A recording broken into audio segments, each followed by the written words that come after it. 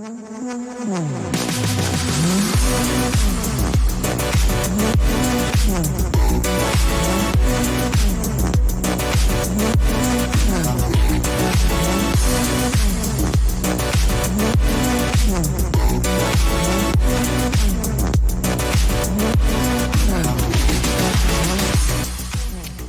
everyone. I'm Hannah. And I'm Emily. And we are the hosts of the I Don't Think So podcast. Each episode, we discuss a different story, theory, or mystery and decide if we think it's believable or if we really don't think so. Here at the I Don't Think So podcast, we are affiliated with Glory Sports and we present our theories on your favorite place to listen to podcasts every Wednesday.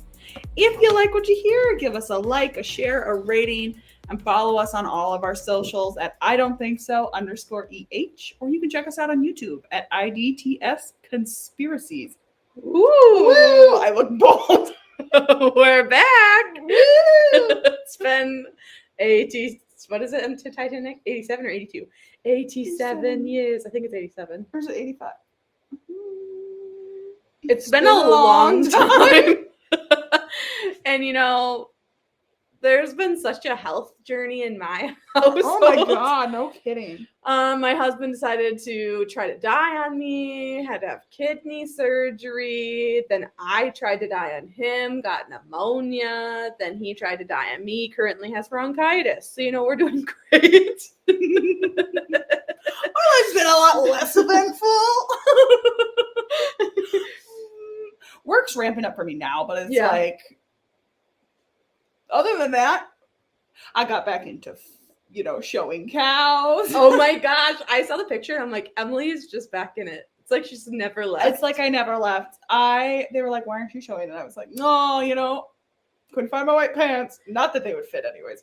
But like, I'm telling you, you're saying you're never going to get back into it. I give you 2 years. I'm telling you, I'm standing there. Everything's good, great, grand. And then Jared won. And I was like, wow, that's so excited. And then I'm getting yelled at from the stands of like, they're like, get in there. And I'm like, ah. Because then I'm thinking like, oh, I'm going to be like a proud mom. I'm just going to take the picture. And they're like, he's holding a cow. You have to hold the trophy. And I was like, okay. Excuse me. Every time I won anything, I had to hold both.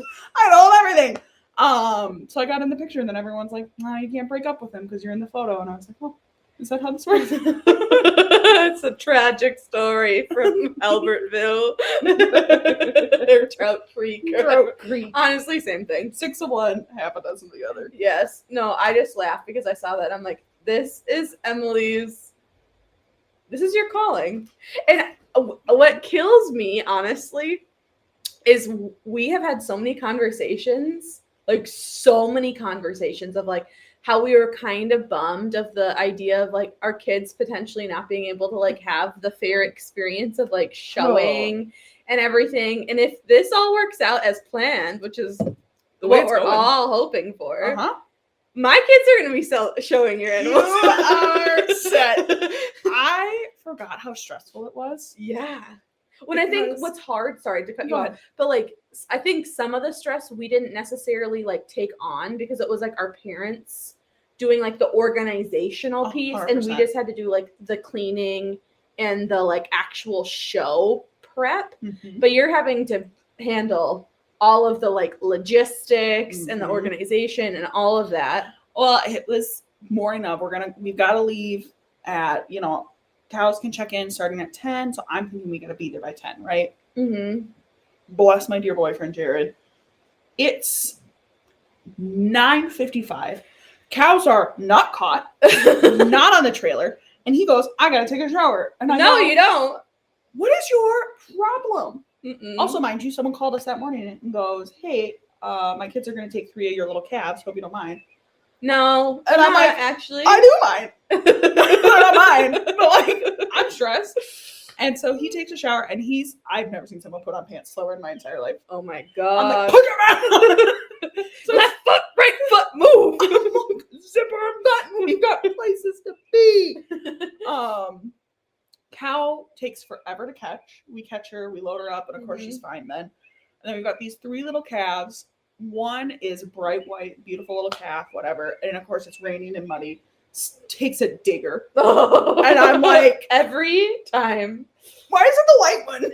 Well, it's always the white one that like falls getting on or off the trailer and gets like a horrible gash in their leg too. Really no cuts, but just like dirty. And I was like, you've got to be kidding me. So we get him there at like 11, and I'm like, we get there, and Jake from Flare Sports and his now wife Claire were there, and I was like, I'm gonna kill him. I'm gonna kill him. I can't do this. I can't handle it. I do think it's kind of stressful that you have to like show up and show on the same day. Show up, get everything ready, show up, go home. Yeah, that's a lot. In one day, I was like, at least the amount of prep work that went into it, and like they brought feed and you had to bring water, and they are a little more serious about their animals than we were. Yeah. Are they registered? Yeah. Oh no. Not all of their animals are registered, but the ones they take are almost always registered.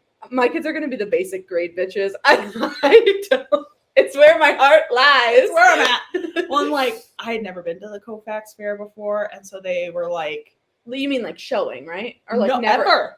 No way. Period. It's free. I know. You haven't been to the Colfax Free Fair? No, now I am. I think this is the first year in like several years that I didn't make it. I've never been. I always show up and I'm always like slightly disappointed. It's so muddy. It's not bad, but you're just like, oh, like this every year you're like, this is really good for a free fair. But when you first initially get there and you're like, oh, and now what? I've made my lap. It's been 15 minutes. So I felt There's not the food trucks here that I wanted. No, there was like 3. Yeah. Well, and I always ate at either like the FFA or the church one, and their burgers at the church one. They're so good. And that's why it's like after you eat and like get a corn dog or something, you're like, okay, I'm fine. I can leave now. Thank God this is free. Mm-hmm. But we were there, went and saw the auction. It was really good. Yeah, Jared won, and so I was like, wow. That's really exciting. Such a good job. Is he showing at Chippewa? No. Thank God.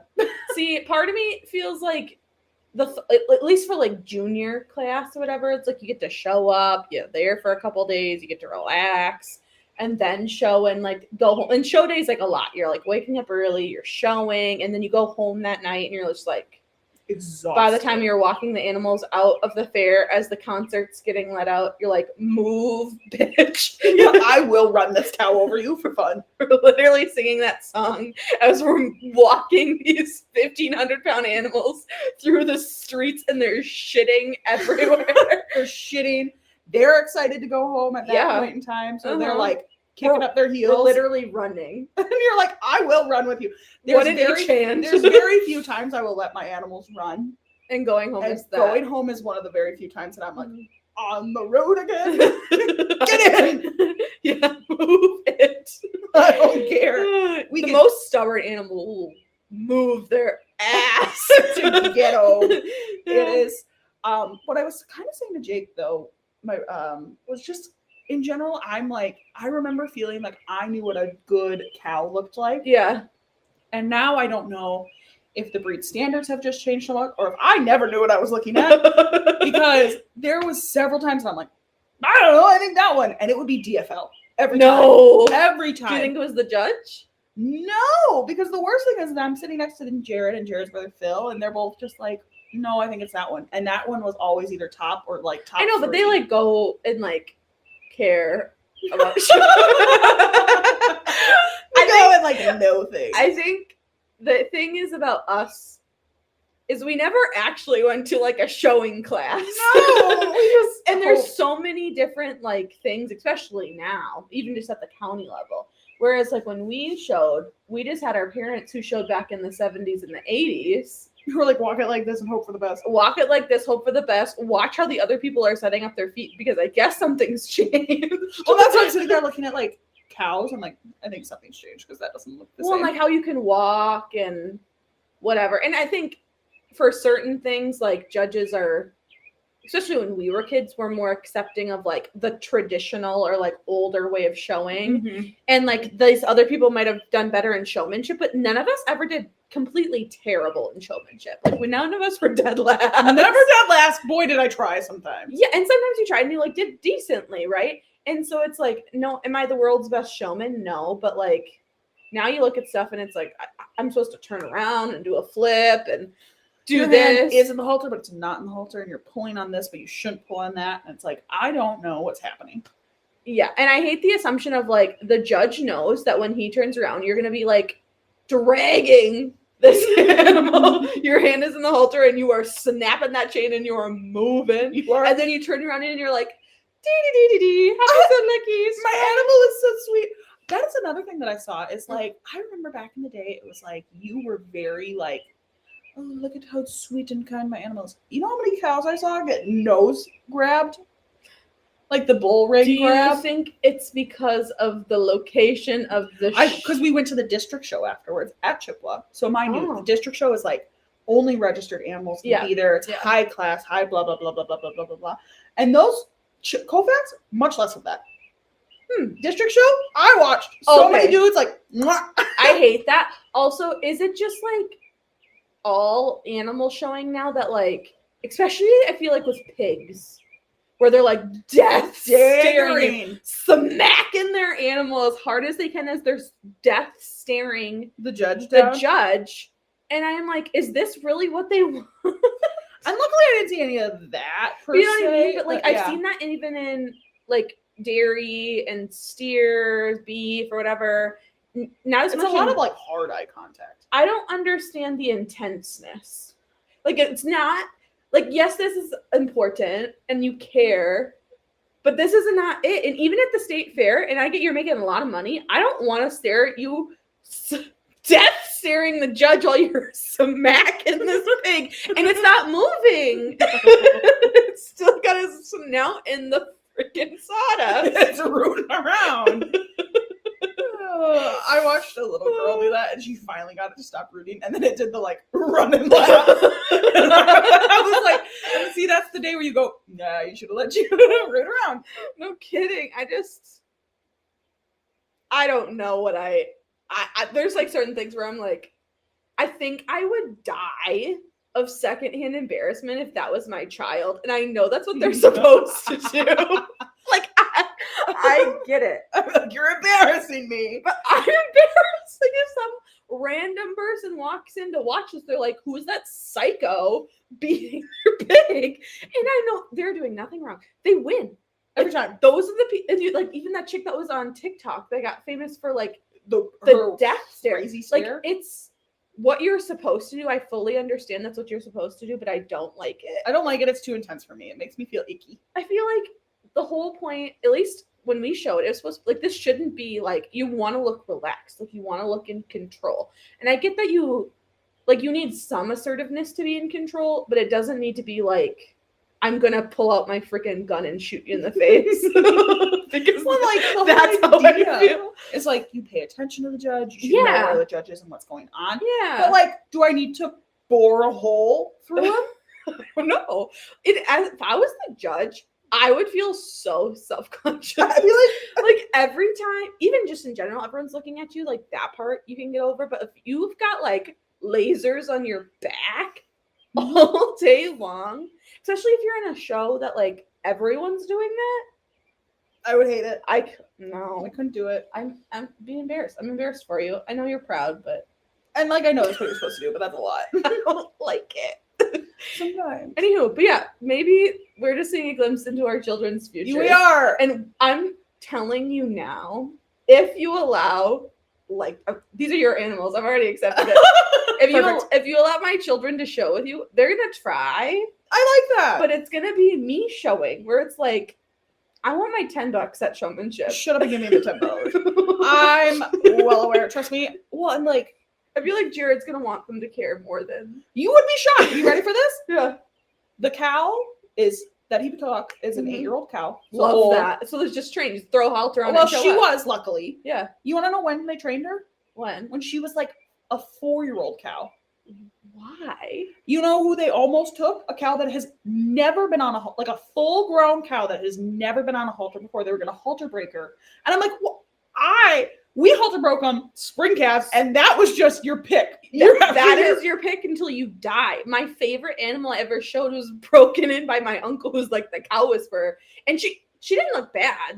No, She even won like reserve she was a and beautiful cow. champion like grade animal a couple of times. She was a good animal, but like every year. They're like, her tits suck. And I'm like, I know. Leave her They're alone. uneven. I also have uneven titties. Leave her alone. She looks good besides her boobs, and she could carry a little more, but she can't. Okay, she's a low producer, and we love her because I can walk her twice before we show up, and she will come in and chew her cud and be happy as a clam. I mean, I have nothing I need to worry about. And if I need to worry about halter breaking something, I am halter breaking them when they are 10 days old Yes, and they weigh 2 pounds, and I can and just they drag them. and I can drag them through the mud.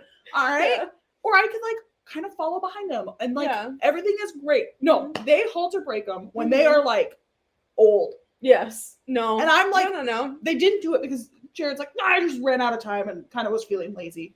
And I'm like, kind of feeling lazy. I'm not putting a halter on a cow that's a full-grown 2,000-pound cow No. who's like, don't touch me.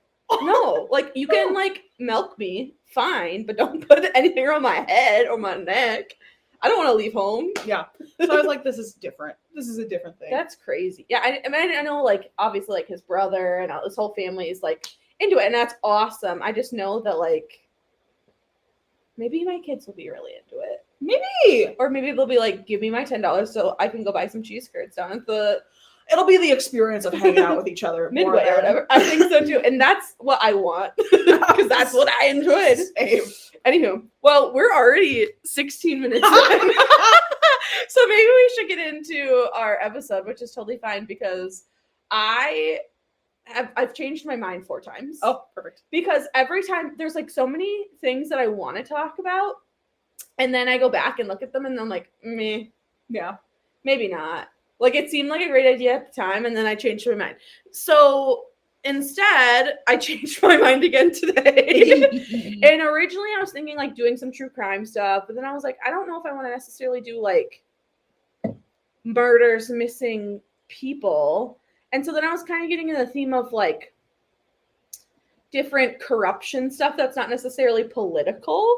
Nice. And then this led me into this like case study and the experimentation stuff, and I was like watching Stranger Things and getting into the weird like mad scientist experiments, and this brought me back to a case study that we actually studied when I was in school for education. And I feel like you might have heard of this cut study before too, just based on your like medical experience, whatever, but it's called the Little Albert experiment. Mm-hmm. Have you heard of it? I have. It's been a long time since I've like really like dove into it though. Yeah, and so my history in it delves more into like the child psychology of it and like working with kids with trauma and trauma responses and things like that.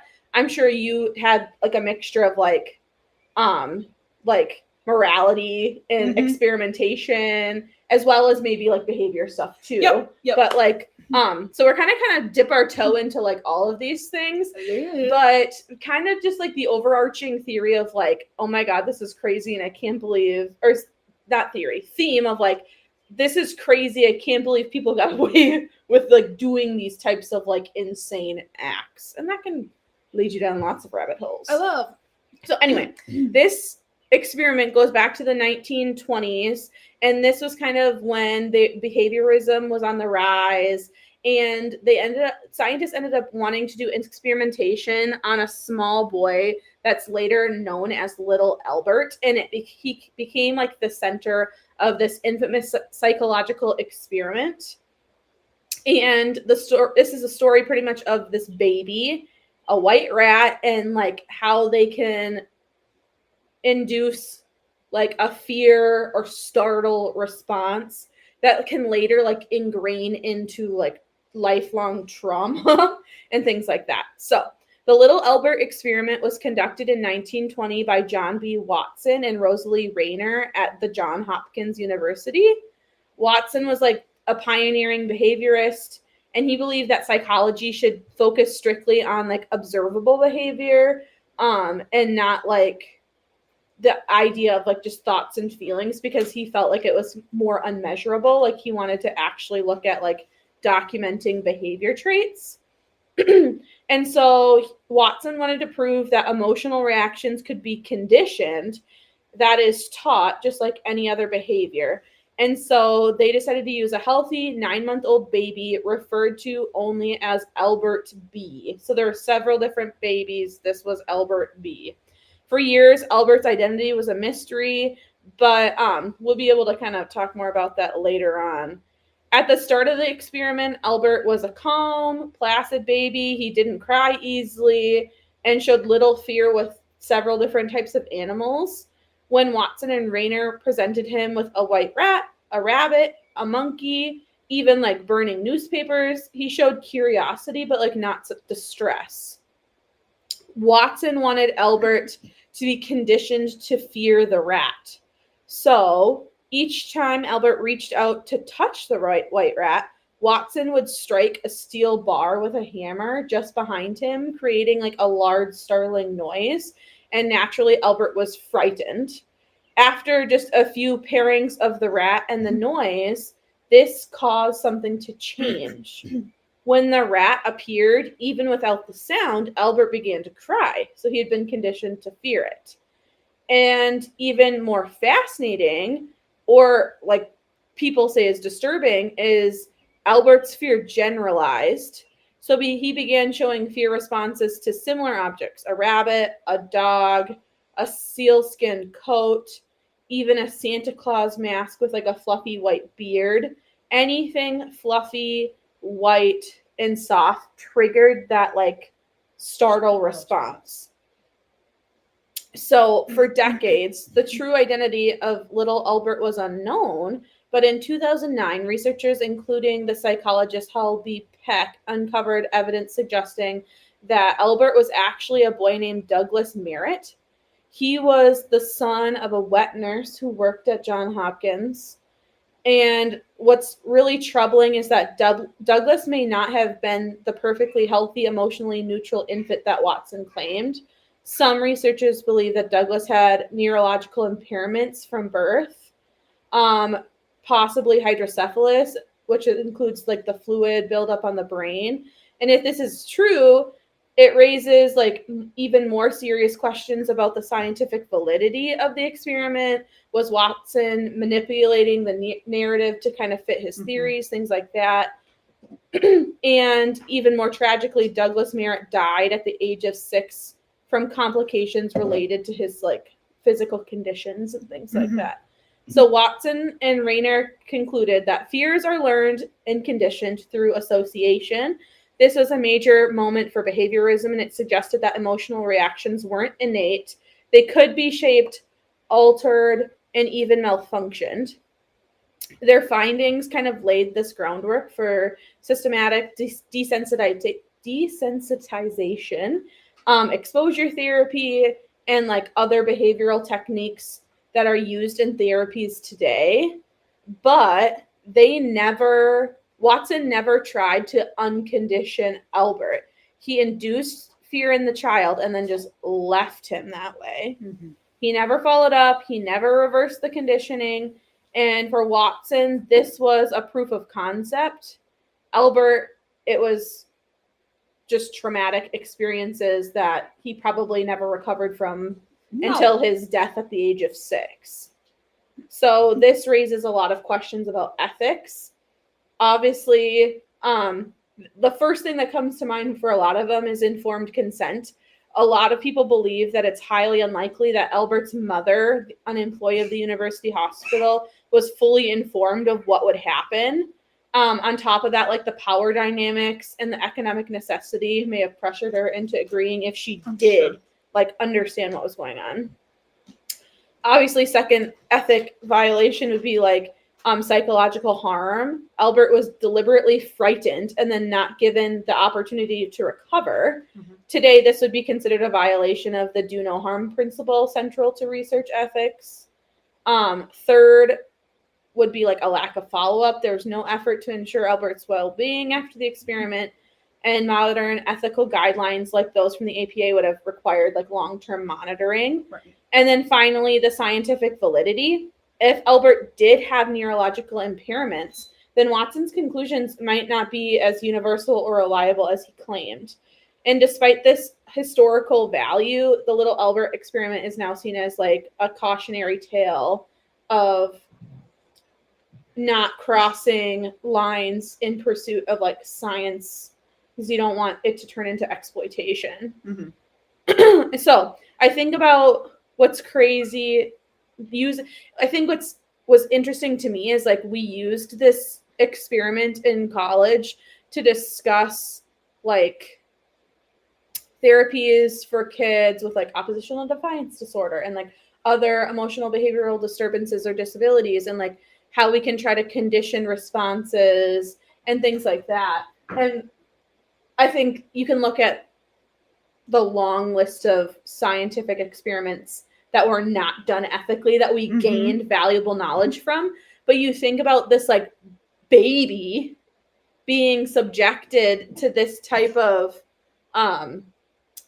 experimentation and things like that, and now like me as an adult thinks like we couldn't do some of these experiments with like kids with an oppositional defiant disability or something or disorder, and then just do different types of experimentation to like curb their behavior. And obviously that's done now. There's therapy that does that now.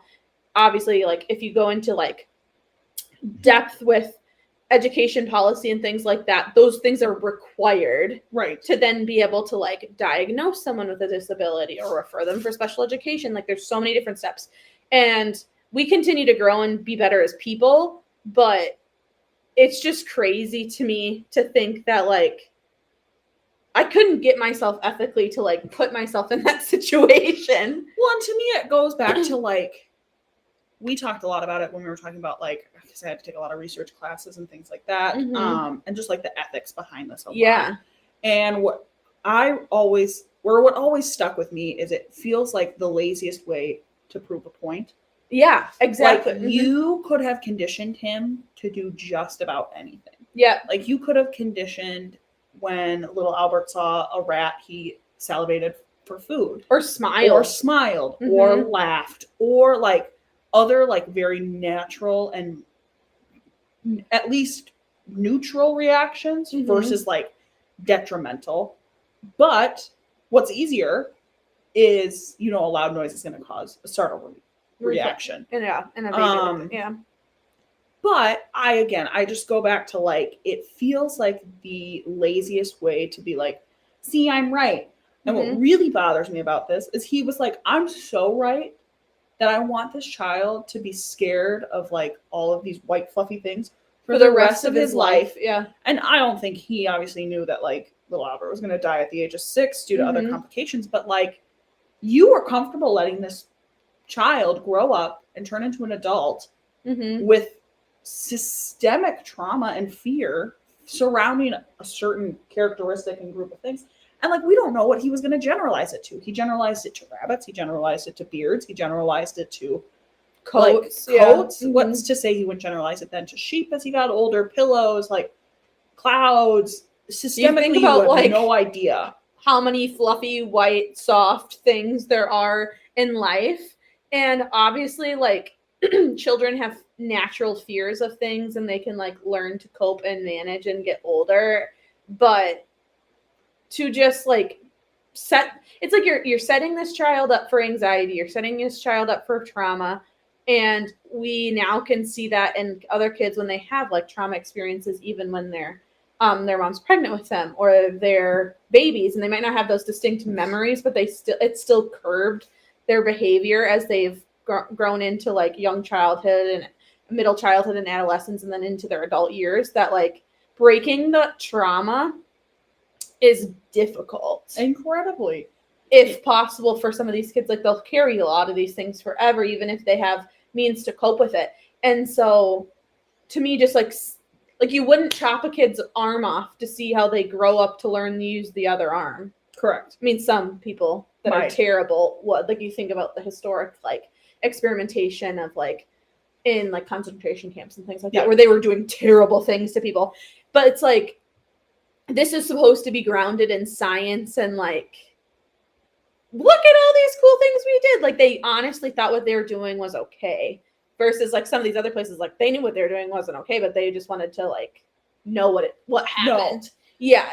So for me to think like they genuinely thought that this experiment was ethical and fine, or they didn't care enough. Yeah. Because I go back to like a lot of the modern day like gynecology research we've had Mm-hmm. was experimentation on Black women, Yes. enslaved Black women, and it's horrific and awful. Yes. But that's like a lot of the principles we know of today comes from that person. Yeah. Or a lot of twin studies and genetics and things like that came out of concentration camps. Yep.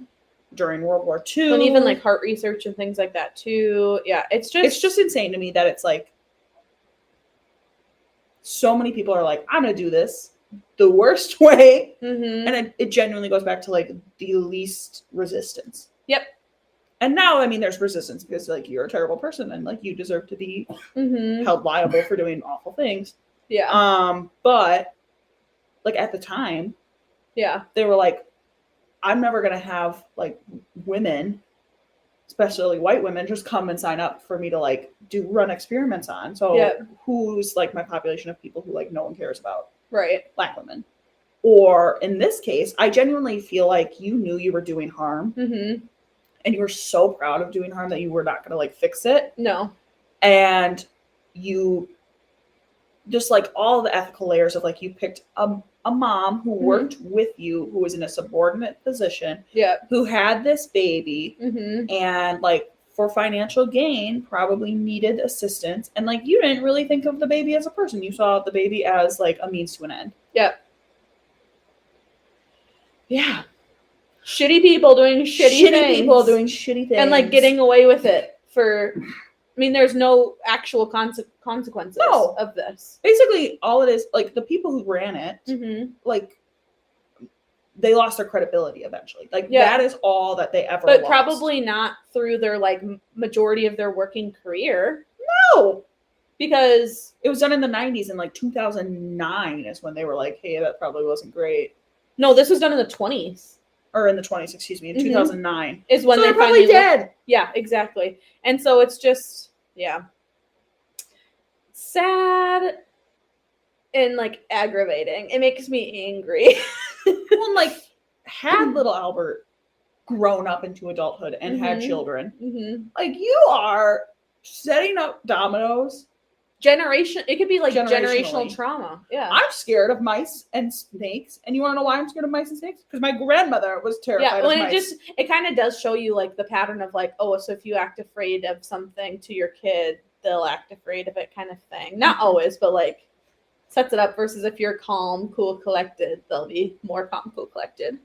That's why I was able to scrape a spider off a student's leg today at summer school, and afterwards I'm like, ah! But I did it, and they're just like, oh, okay. I just didn't want to do it myself. You're like, You walk away from me because I need to go scream in this corner. I'm like banging my head against the wall. Like, no, I'm super brave. I'm so brave. And you're like, I'm Mhm. not brave. This is the worst thing I've ever had to do. Exactly. Oh my god. Oh, well, that's all I got for you today. Oh, what a good one. Oh, now I'm going to have to figure something out. Yeah, just something that like makes you mad, and you're like, how do these crappy people get away with this? How do we do this? How do we and why? It can be, I'm telling you, so many rabbit holes, because I think all of my like topics could fit under this, and none of them are remotely similar, and that's what I like.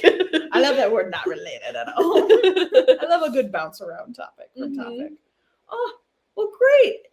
We will check with you guys next week, and I'll bring something, and I don't know what it'll be, but we'll all see it together. If you like what you hear, go ahead, share the show, follow us on our socials at I don't think so _EH, and we will see you all next week. Bye.